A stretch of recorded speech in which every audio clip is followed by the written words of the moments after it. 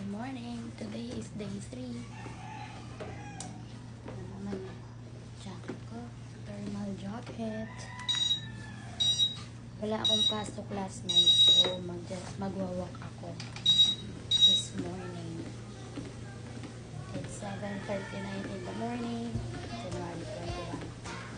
Thursday. Let's go. 13 minutes. Speed is 2.5. 34 minutes. And counting. Kaya pa. 45 minutes. La Pochi.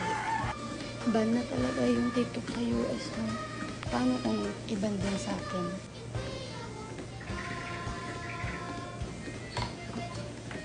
$58 minutes.